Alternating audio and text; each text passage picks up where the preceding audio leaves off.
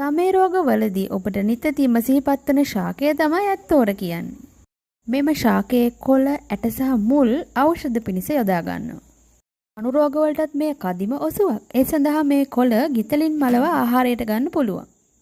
ඉතින් ඔබ අලුහම්, දද, ඒ වගේම කුෂ්ඨ හොරි වලින් පීඩා විඳිනවා නම් මෙය ඉතා වටිනා ඔසුවක්. ඉතින් චර්ම රෝගවලට මෙම ශාකයේ කොළ වලින් ලබා ගන්න යුෂ ශරීරයේ ගල්වන්න ඔබට පුළුවන්.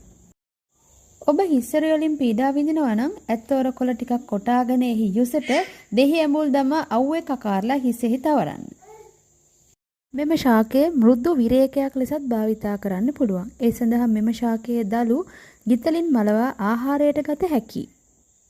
මීට අමතරව මෙම ශාකය අර්ශස්, දියවැඩියාව සහ පිළිකා රෝගීන්ටත් ගුණදායකයි. මෙම ශාකය පිළිබඳ තවත් වැඩි දුරතොරතුරු දැන ගැනීමට කමෙන්ට් සෙක්ෂන් එකේ තියෙන ලින්ක් එකට යන්න.